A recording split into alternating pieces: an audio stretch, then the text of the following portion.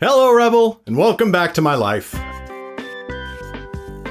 It's November 18th, and the election has been over for a while now. I will be the first to admit that electing Joseph Robinette Biden Jr. as the President of the United States is no towering achievement or political victory. This is not a grand step forward for democracy and human rights around the world. This is no populist left-wing victory that signals the long-awaited rise of the proletariat. The American presidential election of 2020 was just about the lowest bar we've faced in my lifetime. But we cleared it, which is more than we could say in 2016, and I will take this minuscule modicum of improvement over the samey hell I've been burning in for the last 4 years. No one is saying everything is perfect now. Well, some people are saying that, but ignore them. But this is better than the alternative, and that is important. We still have a lot of work to do. There are still Trumpers in America. Over 73 million of them voted for him. And a lot of us don't know what to do about people who are so inhumane that they see other people as inhuman. And we know they see other people as inhuman because they are willing to harm them for reasons like their religion, their race, or their sexuality. Trumpers voted for a man who was and is perfectly happy to harm people based on these traits, and that's just a fact. You know, some people don't like his tweets and they think he's crass. And that's why I voted for him. We've heard this common refrain from centrists and some liberals that leftists don't understand the right, that we don't understand why people voted the way they did. I want to state flatly and finally that that's not true. We know who they are. We know why they voted the way they did. They bragged about it at family reunions. They screamed about it in YouTube videos. Hey, Trump all the way. Trump. Check this out. Hey, check it out. No, I got you. Because black lives don't matter. If you think you have it better, or in where you came from, or how they did things there, go back where you came from. In fact, I think it's much, much more accurate to say that centrists are the ones who don't understand the right. And I think it's safe to say that because centrists appear continually mystified by those who voted for Donald. For 4 years straight, and frankly even longer, media outlets like the New York Times have devoted endless column inches to Donald's supporters across America. In these breathless exposés, journalists interviewed Donald's voters in the heartland of America and up and down both coasts, trying to figure out why they would vote for a man who flatly and demonstrably works against his voters' own best interests. And there's an insidious running undercurrent in this line of inquiry. It's so subtle that you might not even have noticed it. The premise of these interviews seems to be, we have to understand why these people vote for Donald, because they can't just be racists. They can't just be fascists. This also seems to be the basis of their claim that the left doesn't understand the right. Oh, well, you can't just say they're racist. You can't just call them fascists. There has to be something else going on. Whether or not something else is going on is irrelevant.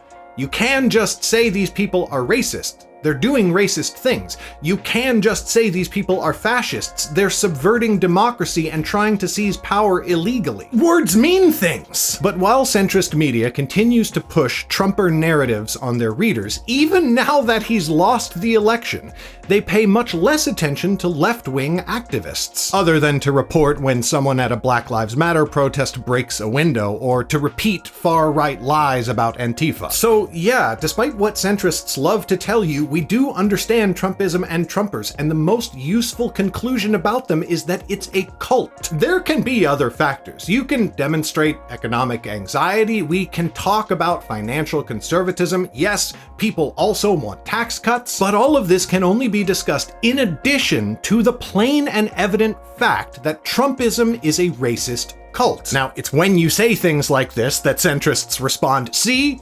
You don't really understand them." And my response is that it seems like we understand them better than you do. We take them at their word. We believe them when they say what their intentions are. We believe them when they get on TV or just sit on their couch in their living room and justify racism, religious discrimination, and corruption. Centrists are the ones saying, okay, now this man said the alt-right is coming for blacks and Indians first. What does he mean by that? What is his message? Or they'll say, listen, I know all these people at this rally were chanting racist slogans. They were wearing swastikas and other Nazi memorabilia. But you can't just paint them all with the same brush. That guy standing right next to the guy with the swastika, I mean, he's not wearing a swastika, so he can't be a Nazi. Never mind that the guy didn't say anything, didn't stop, didn't object, and in the end, voted alongside his fellows who were wearing the swastikas. The answer can simply be that the person is a racist and a fascist. And if you have to invent a reason a person is doing harm other than the reason they freely state, that's a pretty clear sign that you are the one with a deep misunderstanding of the situation. The conclusion we draw from their own self-determined words and actions isn't a less accurate conclusion just because it's negative, because the left would rather have justice than an unjust peace, while the right care more about political power than anything else. A broad swath of Americans have looked at racism, corruption, and flat-out evil from Donald and his cronies, and they have decided that they can continue to support him in order to hold on to the political power they desire. That's why I voted for him. People have to be held accountable for that. We can't just forget about the last 4 years and let Trumpers pretend that it didn't happen, or that they didn't support him, or that they had justifiable reasons for supporting him. And we can't waste our time and efforts inventing reasons why they supported him other than the fact that he gave them power and they were fine with racism and fascism. This might be one of the key confusions, by the way, among people who think the left doesn't understand the far right. Because there's a difference between understanding someone's beliefs and holding those beliefs to be acceptable. Most beliefs across the board are acceptable. Some are absolutely not. It's the paradox of tolerance. Look it up. We can disagree about our favorite flavor of ice cream. We can disagree about what movies are good and bad. Or let's be fair and move it to a more applicable sphere. We can disagree about who should be taxed and how much influence the government should have in business and what it should do with that influence. To get real boring with it, if someone thinks capital gains should be taxed at a lower rate than wage earnings, I can understand that belief and I can accept it as justifiable, and I can disagree with it at the same time, and we can talk about that. Whereas, if someone thinks black people should not be able to vote because their IQ is not high enough, I understand that belief, but I will never accept it as justifiable. It is evil, I will never entertain it, and I will not allow someone to even attempt to persuade me towards it. That's not someone you debate. That's someone you defeat. That person doesn't get to hang out with me in social situations. They don't get to be around my family. They deserve to have their beliefs exposed to as many people as possible, and especially to anyone in their life who could be harmed by those beliefs. That doesn't mean I don't understand them. There's nothing complicated about their beliefs. It's not a new idea. We've had this argument. Racists lost. They don't get to relitigate the issue, at least not with me. Put it another way. If someone in a cult says the cult leader is an ascended being from another dimension and that he's neutralized the cyanide in the drink he just gave them, so it's safe to drink now, we understand why the cultist believes that. They believe that because they've been duped by a liar and a dangerous, murderous man, and they've been duped because they were so desperate for attention and validation that they latched on to the first charismatic man they saw who told them they were important. This is not an analogy for Donald, by the way. Donald would have charged them for the drink, and he's not charismatic. So, we understand why the cultist believes that, but the correct solution is not to let the cultist continue to say and believe it. The correct solution is to slap the Kool-Aid out of their hand, imprison the cult leader, and prevent the cultist from doing further harm to themselves and others. Now that the election is over, and Biden has won, we've started seeing a lot of cries for unity. Some of it comes from centrists and liberals, but let's face it, most of it is actually coming from the right, originating there, even if it's being spread to other places. Because the right lost the fight, and let's not forget, it wasn't a fair fight. They've been stacking the deck for years, and they cheated at nearly every opportunity, but they lost anyway. And now that they have lost, they have to resort to cowardly, underhanded tactics to try and maintain any power at all. So the cultists are now coming to us and saying, hey, why don't we all just chill together for a while? Here, have some Kool-Aid. The ironic or silly thing is that these cries for unity are coming at the same time that Trumpers are contesting the results of the fair and legal election that they just lost. They're claiming widespread fraud in what was the most closely watched election in American history. And Donald's campaign is spreading bald-faced lies via emails with which they're soliciting financial donations, which Donald is then using to pay off personal debts. And then these people turn around and ask for unity? They're pouring poison in our drink right in front of our eyes and then accusing us of being rude for not sitting down to have a beer with them. It's criminal. It's blatant, vile, evil criminality. And those are harsh words for evil actions. But I use them because evil is being carried out in plain sight with no attempt to hide it, and it has been for 4 years. Centrists keep saying the left needs to be more civil in its victory, but a murder victim can't be civil and complain about the murderer who is currently crushing their windpipe. It is not civil to call someone a murderer, but if it's true, it's the right thing to do. This is not something you can unify with. These people deal only in ultimatums, and anything short of total submission to their wishes is unacceptable. You cannot have unity with people who spout lies and won't acknowledge truth. And it doesn't matter if they're inventing the lies or if they're just regurgitating a steady diet of lies from far-right media like Fox and Breitbart. At some point, it doesn't matter if the lying and the corruption is intentional or accidental, invented or inherited. At a certain threshold of harm, you do what you need to do to wipe it out. In the past, we've seen some leftists and most centrists, and particularly the Democratic Party, have difficulty using their power to curtail this sort of behavior. They won't take the steps needed to prevent the far right from doing vast harm because they're afraid of being accused of overreach. Essentially, they don't want to be called any nasty names. And on a more practical side, and to be a little more forgiving, if they lose the PR battle badly enough, centrists start to listen to the far right instead, giving them more power to do even more harm. But as the years go on, and particularly after Donald's time, we can see now that there's no reason to concede anything to the right. We can't be afraid of being called socialists because they're already calling us that. They're using that label right now, regardless of facts or evidence. To be clear, I don't even think we should be afraid of the label socialist, but we especially shouldn't be afraid of it if we're not doing it right now and they're saying we are. Like if you're being accused of it and you're not even doing it, well, you may as well just do it. I need to repeat this because they're calling Joe Biden a socialist. Joseph Robinette Biden Jr., a socialist.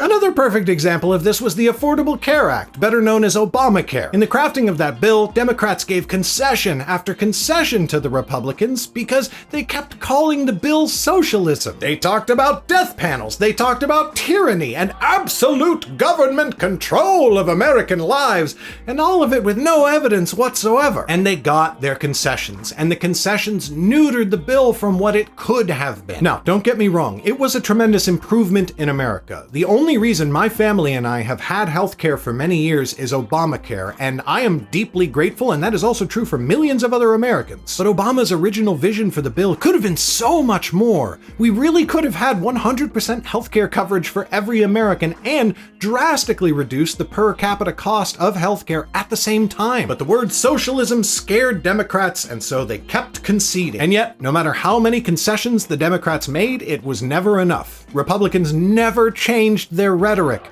at all. They still, to this day, call Obamacare one of the worst things to ever happen to the American people. One of the worst things to ever happen to the American people. Yep, right up there. Slavery, Civil War, Great Depression, Jim Crow, 9/11. Yeah, improved healthcare from a black man definitely belongs on this list of the most disastrous things to ever happen to the American people. Now, these lies were being spouted by both politicians and regular citizens, and some of them in both groups knowingly spat bald-faced lies from forked tongues, but some of them are just so completely uneducated and or out of touch with reality that they simply can't observe and process facts. And you can't unify with that. You can't work with that. You can't convince these people, and there's no point trying to earn their approval. In fact, you can't earn their approval, because they aren't capable of seeing you or what you're doing, and if they can, they refuse to look, and if they're forced to look, they lie about what's in front of their own eyes. So honestly, we need to forget about them completely. Treat their approval as a non-factor. Treat their opinions as immutable and therefore unworthy of attention, because they are. These people have endorsed criminality. They've endorsed corruption. They've endorsed a man who has very literally threatened democracy. They put their names and faces on separating families and putting kids in cages. So yes, they are monstrous. They supported police officers murdering black people with no trial or jury. So yes, they are racist. They endorsed and rallied for open-faced hypocrisy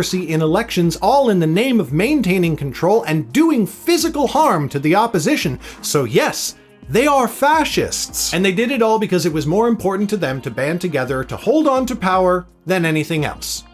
That's it. They have demonstrated over and over again that they have no ethics, they have no morals, and where they have some semblance of either one, they lack the integrity to stick to what they claim are their convictions. And I know, a lot of us want to value intentions as well as a person's actions, but at some point we have to stop caring about intentions when someone's actions are so evil and so harmful, and they won't even acknowledge it, no matter how many times you point it out. At that point, it doesn't matter what they say their intentions are, because they've demonstrated that they're chronic liars, and they're lying to you to get what they want. Or they're so ignorant and out of touch that they can't tell right from wrong, and you can't unify with that.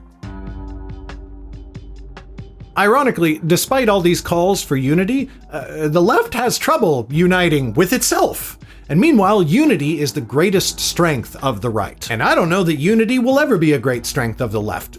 Maybe it shouldn't be. I want us to maintain our integrity. I want us to care more about what is right than we care about holding political power. Folks on the left care about many issues. A lot of them overlap, but many of them don't. And that means we're not always focused on the same things. So sometimes we strongly disagree with each other about issues. Often we disagree about which issues are most important, where we should put our time and our attention and our money. And I want us to be able to say when we disagree with each other. I think that's valuable and healthy, and it makes us better people. I don't like the way the right unites over and over again, no matter what. I don't like the way people on the right can put aside their personal convictions and ethics when it comes time to vote. If you're out there watching this right now, you know who you are. You can be good to me personally. You can be a good friend, a good family member. You can be kind to me. You can help me out when I'm in a jam. But you can also turn around and vote for a man who's profane, who brags about raping women, who rips kids from their parents and says you have to target the families of enemies in war,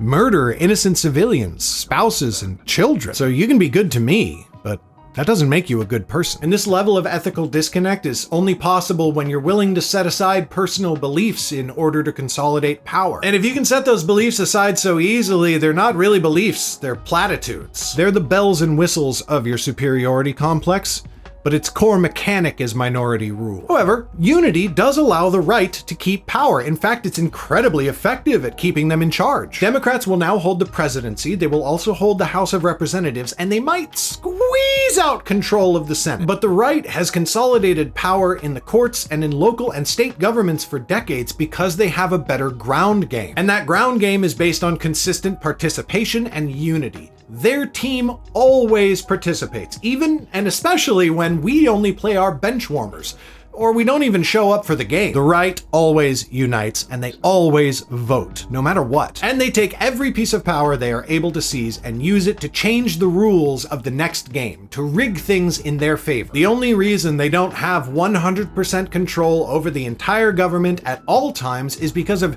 just how badly outnumbered they are. I feel like this gets lost a lot of the time, but there really are not even close to as many of them as there are people on the left. And that's why the central strategy of the right is disenfranchising as many of their enemies as they can. They are fundamentally anti-democracy because democracy is not the goal, it's a hindrance to their goals. If it weren't for voter disenfranchisement, if every American was able to vote, Democrats would win every election by uncontestable margins. And they'd have enough votes left over to start a viable third party farther to the left, or just walk left themselves and take some of the incredibly popular and also ethical policy positions that they're too afraid to take now.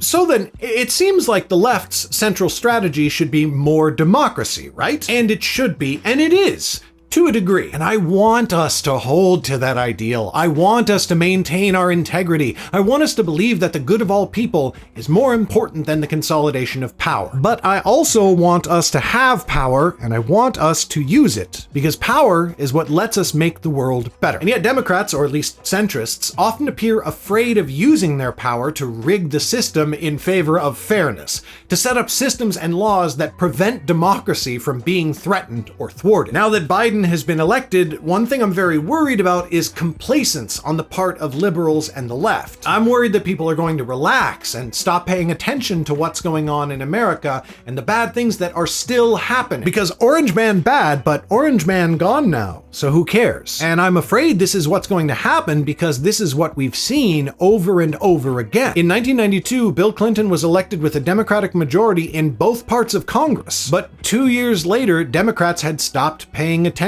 And those who were paying attention thought that Clinton had done good things, but he hadn't done enough. He hadn't fixed the whole world yet. And he'd done some questionable things too, and he was supposed to be perfect, right? So in 1994, Democrats lost both the House and the Senate, and then Clinton was much less able to do anything at all. And he was politically forced into even more questionable actions. And by the way, this is strictly in reference to Clinton's official politics during that time, not his abuse of Monica Lewinsky. That is its own whole horrible chapter of history, but it also had nothing to do with either one of his elections, which is the main point here. And we saw this whole situation play out again with Obama in 2008. Democrats held Congress and elected him, but 2 years later, they stopped paying attention and lost the House of Representatives. Thank God Obama passed the Affordable Care Act before then, or my wife and my 3 kids and I literally might not have health care right now. So now we've got Biden. He has the House of Representatives, and he might get the Senate, but then again, he might not. And if Turtle McConnell controls the Senate, Biden will struggle to do most of the things on his political agenda, which,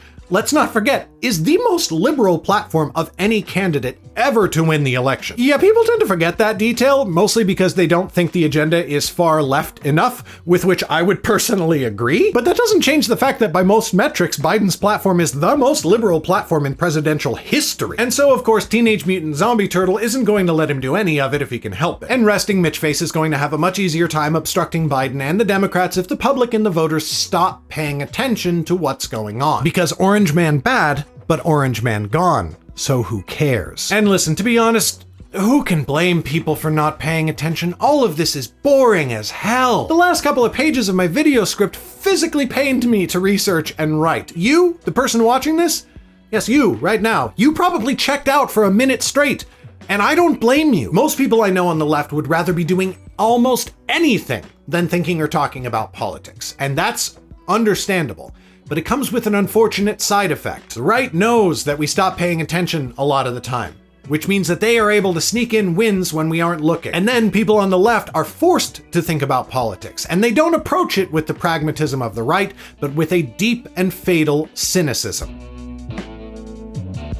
The left has a cynicism problem, and I think we kick ourselves in the teeth with it all the time. Sometimes we get big wins. From recent memory, think of gay marriage. That was a big win, and the PR on it was fantastic, and everyone was just so damn happy. That was only in 2015. Do you remember that? Do you remember how happy the whole country was for just a brief moment in time? Do you remember what a wonderful place Twitter was for 24 hours? Twitter! But sometimes it's not a big win like that. And sometimes it's not backed up by a big PR push to explain what a big victory it is. And when we make only small gains, little victories, we undermine them by saying they're not good enough. When we see politicians get pushed a little to the left, anyone even further to the left of them tends to rip them apart. The politician didn't go far enough. They were forced that way. They should have done more. A lot of leftists right now are saying it's not good enough that Biden won because he didn't win by big enough margins. It's not enough that he won despite unprecedented voter suppression and a massive disinformation campaign of lies that was spread, probably illegally, by both the far right and foreign interests such as Russia. It's not enough that he overcame all of that to receive more votes than any candidate in the history of presidential elections. It's not enough that he's in power because there are still millions of Americans who are racist and would rather have Donald in office. Some leftists are blaming this on Biden. as though it's his fault he's not persuasive enough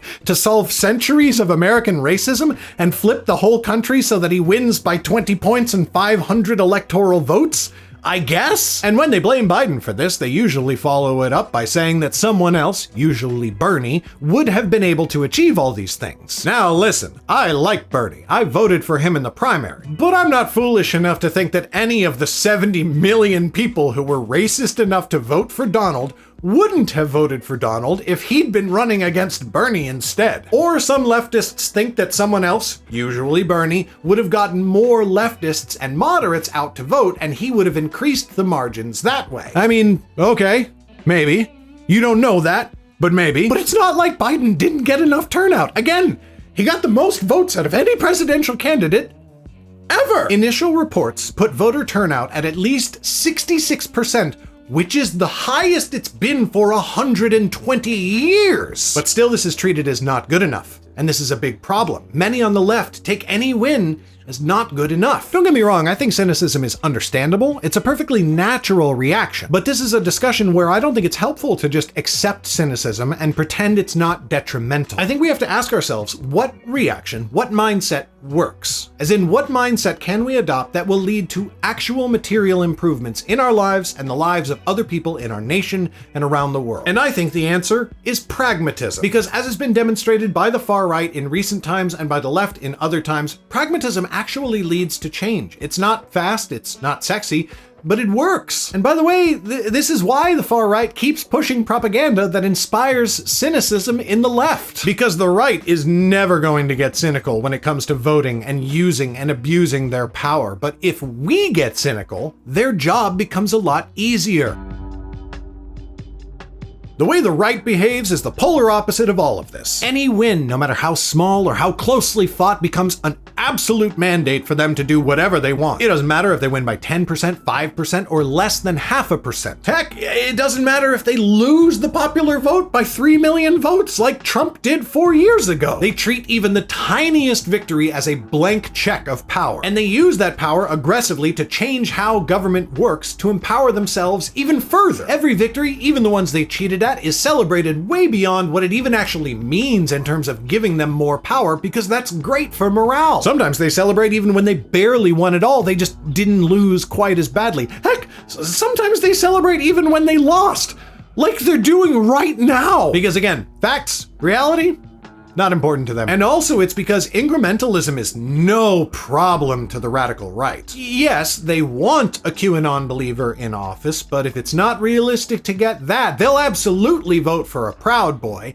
And if it's not realistic to get that, they'll absolutely vote for a member of the Tea Party. And if all else fails, yes, they'll vote for a garden variety Republican. And then they'll fight constantly to drag them farther and farther to the right. And they'll replace that candidate with a more extreme one at the earliest possible opportunity. But they won't withhold their vote from a Republican just because he's not extreme enough, because he's not pure enough. They know that a small victory leads to another bigger victory, which can add up to very, very big victories. And they've been winning victories for decades, despite being wrong, despite being amoral, despite being heavily outnumbered, simply because their superpower is unity. So what about Democrats? Well, Democrats can be infuriating to those farther to the left. Democratic politicians, even when they win by considerable margins, are terrified to do anything too far to the left because they might lose centrist voters. And it's not hard to see why this might be.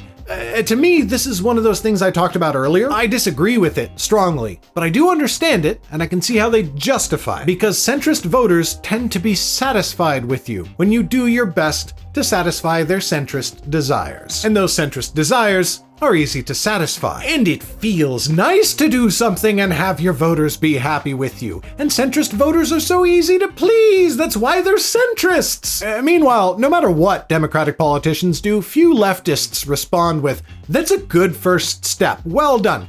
Let's do even better next time. They're more likely to respond with, "That's the best you can do? Pathetic. You're trash." And frankly, I would not want to continue to try to please those people either. I would continue to try to do the right thing, but at some point, anyone is going to get sick of being told what a disappointment they are no matter what they do. So while it may suck, it's really no wonder that we see such a strong centrist tendency in government officials from the Democratic Party. Because incrementalism isn't good enough for many leftists, but it's perfectly tolerable and comfortable to centrists, and it's a lot easier to achieve. Less work, some progress, and praise for your successes? Who wouldn't find that prospect attractive? But then again, centrist-focused progress tends to lose support from the base on the left, meaning they're less inclined to vote for you next time. And any progress to the left, centrist or not, will rally the right with cries of communism and white genocide because, remember, they like to use the most extreme labels no matter what. So this is all cause for concern, and it's an uphill battle. But there is one thing that's keeping me hopeful about all this right now. Here's one silver lining, even though it doesn't sound like one at first. The last 4 years have been so bad, and I mean so incredibly bad, that I think it just might have scared people on the left into continuing to pay attention. Let's remember that the Tea Party and other right-wing extremist movements sprang up because of Obama's election. It was so infuriating for them to see a black man in the White House that an ugly American underbelly crawled out from the mud and started to get even more politically active than they had been before, which was plenty. Donald could be that for the left. This could be the wake-up call that a lot of people needed to get involved and to stay involved. And yes, we can talk about how this shouldn't have needed to be the wake-up call, and that's true. But remember, cynicism, let's do our best not to attack an improvement just because it isn't good enough, or it should have happened sooner. The specter of Donald is going to loom over American politics for a long time, and I'm hoping it will be the boogeyman that continues empowering the left in a big way. Because if people want badly enough to avoid a repeat of the last 4 years, they're going to be more active in all levels of government. And the more people who are active, the better the chances of the left, because surprise, our ideas are just better and more people like them. So as we go forward, I want us to try to please remember a few very important things. Winning this election is not the end of a war. It is not time to stop. It is not time to relax. Winning this election is a first victory. It's a beachhead. It's Normandy. Normandy was not the end of World War II, it was only the beginning of the end. When you have a beachhead, you keep pushing and gaining more momentum, and that's our job now. The job has become easier because there's less of an immediate threat that we have to solve right away or else hundreds of thousands of us will die. At least, that will be true once Donald is actually gone and not killing so many people with COVID. But maybe we don't have to spend as much time doom scrolling on our phones. Maybe we don't live with that sick, churning sensation in our gut anymore, wondering what terrible thing is going to happen next. But the job does not stop. We're not done. We have to remember that. And we have to remind each other of that if we start to forget. So now it's time to get started. We've got 4 years at least. In that time, if it were up to me, what would I like to see us accomplish? The very first short-term goal is that I really hope we win the 2 Senate seats in Georgia. These races are going to be very close. Obviously, the most important thing is to vote in them. But even if you don't live in Georgia, I hope you'll find a way to help regardless. Donate to the Democratic candidates, spread the word about them, do whatever you can to help others in Georgia vote. Let's get the Senate. Let's get both branches of Congress so Biden has at least a chance to pursue the agenda we want him to pursue. Maybe. Now, once he's in office, obviously, in the short term, we need to handle COVID. In about a week, the official count of US deaths due to COVID will exceed 250,000. That's 5 times as many deaths as Vietnam. Vietnam, an 11-year conflict, and another thing Donald tried to pretend wasn't happening. But we've had 5 times that many deaths in just a single year due to Donald's mishandling of the pandemic. No response, even the harshest, will come quickly enough to save the tens of thousands who will die in the next few months. But I'm hoping that a strong Biden directive will help mitigate the risks while we start to get the new vaccines out there into the population. Thinking more into the the future, I hope Biden tackles racism as a strong and early priority. He's got some legitimately good ideas about it in his presidential platform. It's not as far left as I want, but it's good, and I want to see it happen. Let's none of us ever forget the fact that people of color handed Biden this election. Without them, he'd have had nothing. So it seems the least he could do would be to repay the favor by stopping the harm his government does to them every day. That might seem like a big request, but it doesn't have to be. On a related note, I want Biden to crack down on domestic terrorism. White supremacy and white supremacist terrorist cells have gone completely out of control. They're responsible for unforgivable levels of violence and death, and more than that, they're responsible for widespread fear across the country and disproportionately in communities of color. They need to be rooted out. They need to be unearthed like weeds. I'm concerned that Biden's proposed platform isn't strong enough on this point, but maybe we can keep pushing him to do more. I want him to address income inequality. Billionaires shouldn't continue to pay little or nothing in taxes while people are struggling, and every worker in America deserves a living wage. And hey, for the first time, we have a president who campaigned on a $15 minimum wage. That's huge! Holy crap, the number of people I know whose lives would be so vastly improved by a $15 minimum wage, it's incredible. And I hope this happens ASAP. But a huge priority for me is fixing American education.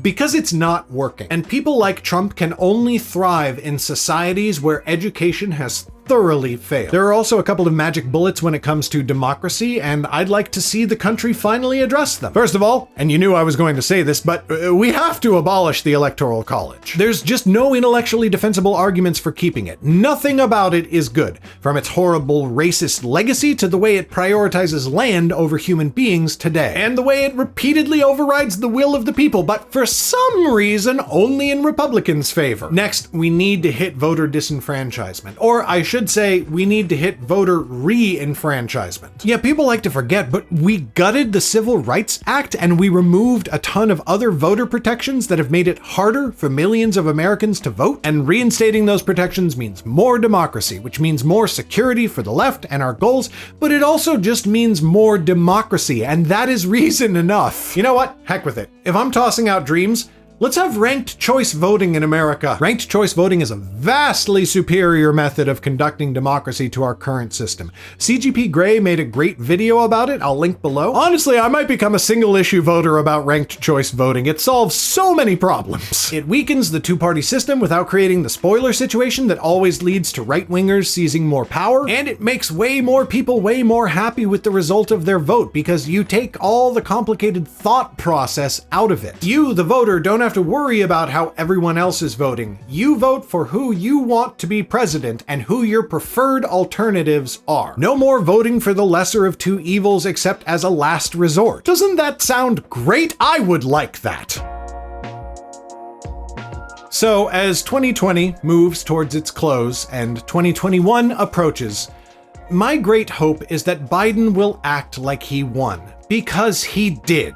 Resoundingly. And if he doesn't act like it, he won't accomplish anything. Not even the fairly milquetoast goals in his official platform, and certainly not any of the goals farther to the left that I and many others want him to pursue. I hope he isn't seduced by calls to unify or make concessions to Republicans who, let's not forget, are at this very moment contesting the results of a legal election with a clear winner and no evidence of voter fraud. Because remember, the two parties have very different strategies. If more people vote, Democrats win every time. And if even more people vote, the Democrats win by big enough margins that they might start to feel like they can go a little farther left. So whether Biden feels like he won by a comfortable margin or he's just willing to actually use the power he's been given, I'm hoping he doesn't repeat the mistakes of the last two Democratic presidents. And if we're being honest, the mistakes of the Democratic candidates who failed against Republicans in the last 30 years.